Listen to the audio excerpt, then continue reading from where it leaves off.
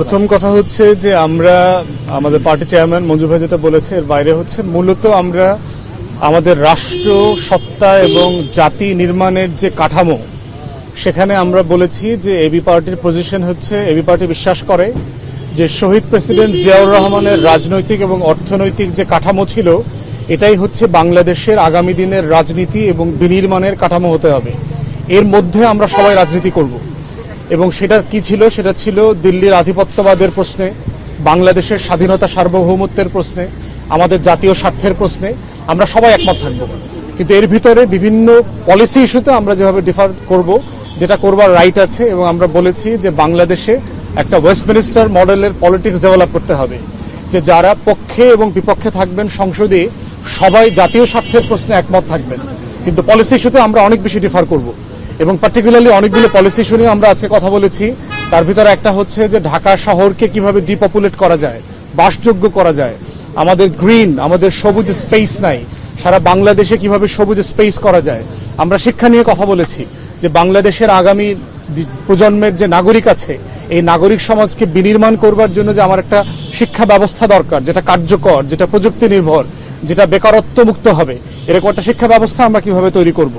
বাংলাদেশের নদী খাল যে ভরাট হয়ে যাচ্ছে, খেলার মাঠ নাই, বাংলাদেশে থাকার জন্য ভালো জায়গা নাই, এই প্রত্যেকটা ইস্যু, আনএমপ্লয়মেন্ট, বেকারত্ব কিভাবে আমরা অ্যাড্রেস করব, প্রত্যেকটা ইস্যু নিয়ে পলিসিতে কিভাবে আমরা বিতর্ক করব, তর্ক করব, কিন্তু দেশের স্বার্থে আবার একসাথে কাজ করব আগামী সংসদে। এবং আগামী সংসদে আমরা ভিতরে থাকি অথবা বাইরে থাকি, রাষ্ট্র কাঠামোর মধ্যে এই তর্কের মধ্য দিয়ে কিভাবে আগামী দিনের রাষ্ট্রটাকে তৈরি করা যায়, রাষ্ট্রটাকে গঠন করা যায়।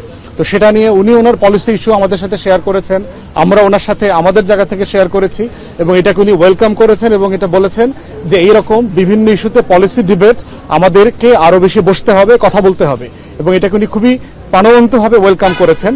এবং আমরা খুবই স্যাটিসফাইড যে আমরা বোধ করছি যে এমন নেতার হাতে যেন বাংলাদেশে সরকার গঠিত হয়, যারা বিরোধী দল হোক, সংসদের দল হোক, বাইরের দল হোক, ছোট বড় যেই দলই হোক, দেশের স্বার্থে সবার কথা শুনবেন, সবার যুক্তি তর্ককে মেনে নেবেন, এবং যেটার ভিতরে ন্যায্যতা আছে সেই ন্যায্যতা মোতাবেক রাষ্ট্রকে পরিচালনা করবেন। ধন্যবাদ। একটা বিষয় একটুখানি আপনার যে ইস্যুটা, হ্যাঁ, মুস্তাফিজুর রহমানের যে ইস্যুটা আর কি, এই একটু দেন তো ভাই এটা মুস্তাফিজের ইস্যুটা, এটা মুস্তাফিজুর রহমানকে বাদ দেয়া যেটা আপনি বলছেন, মানে আপনার দেখেন বিষয়টা যদিও ক্রিকেট, কিন্তু আসলে বিষয়টা ক্রিকেটের না, বিষয়টা আসলে পলিটিক্যাল। এবং শুধু এই প্রশ্নেই না, অনেকগুলো প্রশ্নে আমরা, সেটা পেঁয়াজ বিক্রি করা হোক না হোক, অথবা আমদানি রপ্তানির ক্ষেত্রে, অথবা ভিসা বন্ধ করে দেওয়া হোক, ভারতের হাসপাতালগুলোতে বাংলাদেশের রোগী যাওয়া না যাওয়ার প্রশ্ন হোক, প্রত্যেকটা প্রশ্ন আসলে কোয়েশ্চেন অফ পলিটিক্স।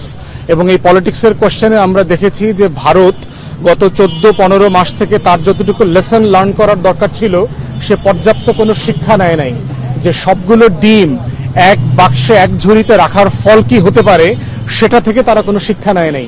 আমরা বারবার বলেছি যে প্রাতিষ্ঠানিক সম্পর্ক তৈরি করা দরকার বিটুইন দ্য কান্ট্রিজ। বাংলাদেশ এবং ভারতের সাথে সম্পর্কটা জনবান্ধব হওয়া দরকার, জনগণ থেকে জনগণ হওয়া দরকার। অধীনতামূলক কোনো সম্পর্ক আগামী দিনের বাংলাদেশ মেনে নেবে না।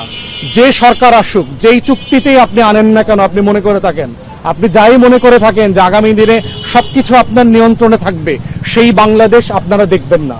অতএব দিল্লিকে আমরা আহ্বান করছি, please come back to your senses, আপনার কমন সেন্সে আপনারা ফিরে আসেন। রাষ্ট্রের সাথে রাষ্ট্রের যে সম্পর্ক, সেই সম্মান মর্যাদার সম্পর্ক আমরা চাই। আপনার স্বার্থ, আপনার সভরেন্টিও আমার কাছে গুরুত্বপূর্ণ এবং আমরা সম্মান করি। আমার স্বার্থ, আমার সভরেন্টিকেও আপনাকে সম্মান করতে হবে। আমার সভরেন্টিকে আপনি সম্মান করবেন না, আমার রাজনীতি নির্বাচনে আপনি ইন্টারফেয়ার করবেন, আর আপনি আশা করবেন শতভাগ এদেশের মানুষ আপনার সকল সিদ্ধান্তকে মাথা পেতে নেবে, এই দিন, দোজ ডেজ আর ওভার, এই দিন আর ফিরবে না। অতএব বাংলাদেশের সাথে ভারতের সম্পর্ক হইতে হবে মর্যাদার সম্পর্ক, সম্মানের সম্পর্ক, এবং আপনাদের সভরেন্টির, আপনাদের টেরিটোরিয়াল ইন্টিগ্রিটির প্রতি আমাদের ফুল রেসপেক্ট আছে। এটাকে মেনে নিয়ে আমরা বলছি জাতীয় স্বার্থের প্রশ্নে বাংলাদেশের তরুণ প্রজন্ম, জুলাই অভ্যুত্থানের প্রজন্ম এই স্বার্থের কম্প্রোমাইজ আর মেনে নেবে না। এবং আমরা চাই এটাই যেন আগামী দিনে সম্পর্কের ভিত্তি হয়। মোস্তাফিজুর রহমান এই জায়গারই একটা ক্ষুদ্র অনুষঙ্গ মাত্র। ধন্যবাদ।